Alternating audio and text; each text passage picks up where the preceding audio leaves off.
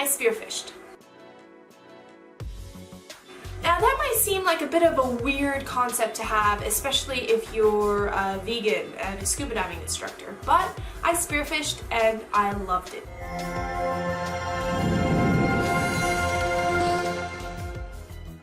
I believe that it was much better to spearfish yourself, get down there, free dive down, get into position, wait for the fish and shoot it and kill one fish or two fish, and then go home and eat it fresh.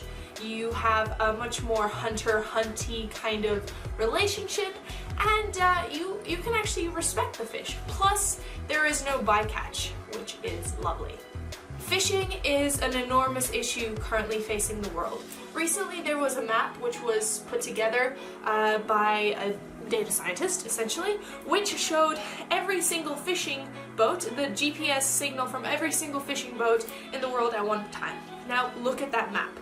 There's literally not one part of the ocean that we're not fishing, and there's statistics saying that 51% of the oceans are being overfished, which means that more fishing is happening than the fish are actually able to reproduce and keep the stocks up. Now in Australia, they're extremely strict with these fishing standards and laws, since they actually have seasons during which you can't fish at all because this is the breeding season of those particular fish, as well as there are minimum catch size limits and maximum bag size limits, meaning you can only take a certain amount of fish over a particular size, which would have probably meant that they would have had the opportunity to already breed. If you keep catching small fish, they can never grow to maturity and therefore continue the fish populations. Now in Australia, these systems work relatively well, and everywhere I have scuba dived, there is plenty of fish around. Unfortunately, in places like Cambodia, where there is little to no regulations on fishing or any sort of marine activities, there are no fish at all. In the 3 months that I spent in Cambodia, I didn't see a single fish bigger than this. There wasn't a single turtle, there wasn't a single shark, there wasn't anything. I mean, a whale shark did swim by, and the locals caught and ate it, which isn't great, since that is the biggest fish in the ocean. Hey! This is a real problem, especially when I as a person can actually travel around the world and see what's happening underwater. And in Cambodia, as I'm saying, there was absolutely nothing there. Beautiful corals. The corals are doing fine despite the water temperatures being somewhere around 35 degrees.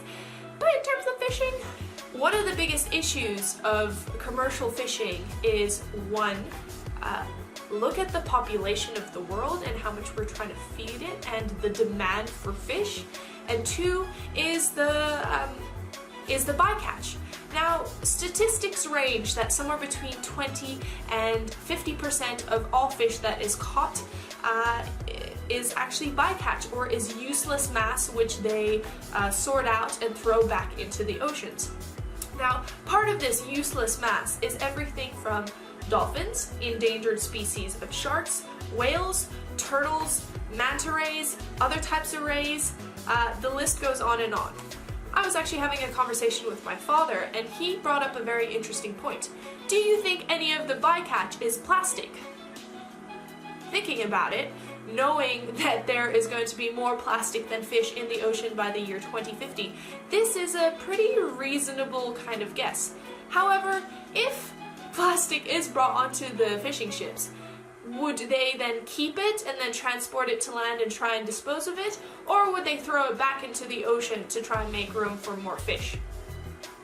Considering money makes the world go around, I'm going to go with option 2. So yeah, that's not great. Another issue in terms of fishing is demand for exotic foods like shark fin soup, which is still legal in many places around the world. Now the problem with shark fin soup is the rest of the shark is basically deemed unusable. So what they do is cut off the fins of the sharks and then drop them back into the ocean without killing them. So imagine you are dropped back into a forest or anything like that with your limbs cut off. What happens? Well, you bleed out and die. And sharks also suffocate because without being able to move, they drown without having that constant stream of water going through their gills. fishing sucks. And with recent data and information that we've been gathering, almost every single piece of sea life that you actually put on your plate is filled with plastics. Recently, there was a fisherman in Colombia, Costa Rica, I believe, somewhere around there, which caught a fish and thought, hey, the belly of this fish is oddly hard. So he sliced it open, and what did he find? Large bits of plastic. And I don't mean just microplastics, such as, you know, microbeads or microfibers going from your organic material t-shirts into the ocean because our washing machines don't have appropriate filters, but I mean big pieces of spoons, straws, plastic bottles that this fish actually swallowed and died from. The issue with animals consuming plastic is not that the plastic actually kills them in terms of it being very chemically or I don't know. One of the main things is their stomach fills up because they can't pass the plastic, therefore they either die of starvation because they can't fit anything else more, or it literally just blocks all of them up and they suffocate, and it's great.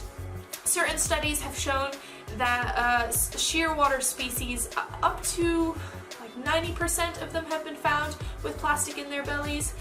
Jellyfish also depends very much on studies, but I mean, turtles very much depends on studies, but turtles will eat plastic bags on purpose because they think it looks like jellyfish.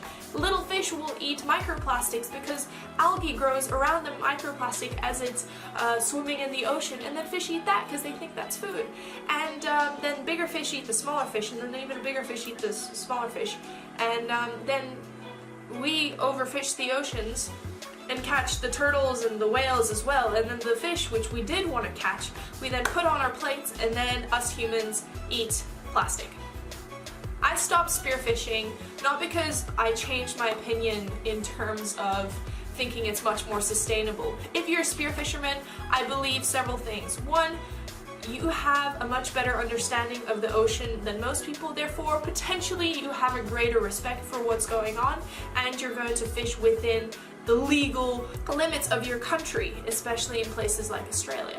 Two, hopefully you only fish for, you know, eating or consumption or giving it to your friends. And three, because you know the taste of delicious fresh caught fish, you're never going to be buying fish from supermarkets, which it has the bycatch issue going along with them. So for spear fishermen out there, I'm still a huge fan of you guys. I think it's much better to get in there and have a one-on-one battle. Personally, I do not eat fish anymore, even from spearfishing. I have a spear gun for sale if anyone wants it. And that's for two reasons. One is I don't want to be eating plastic, because that's not good.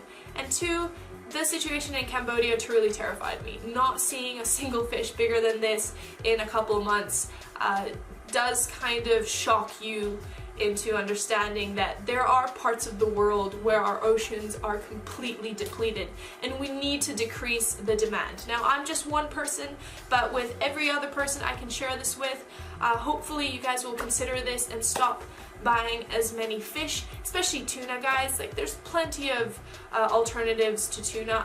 Tuna was one of my staple diets before as a student because it's nice and cheap and easy, but please look out for other options. Our oceans need us. If the oceans die, we die, as says by Captain Watson. Sea Shepherd has an enormous amount of information that you can check out directly on their website. Everything from the bycatch statistics to the illegal fishing vessels which are still going out there to fish whales. We need our ocean to stay healthy, so yeah, please feel free to, you know, join the fight. Go fish free, go plastic free, do anything you can. Every little bit helps. Thank you guys so much for watching. So please, let me know down below, have you ever spearfished? Did you enjoy it? Would you ever spearfish? What are your thoughts about a vegan spearfishing? I'm joking, I'm joking. Don't call the vegan police on me, okay? I know it's not vegan, it's still, anyway. I also wanted to mention I have t-shirts which you can get on the shop. They're all 100% cotton. They are all ethically sourced, ethically made, plastic-free packaged, and 10% of the proceeds go to the Plastic Free Fund, which you can donate to as well, which helps me clean up in the Comoros plastic from the beaches and our oceans. So yeah, feel free to like, subscribe, turn on the little bell icon. I love hearing from you guys, and yeah, I'll see you next video.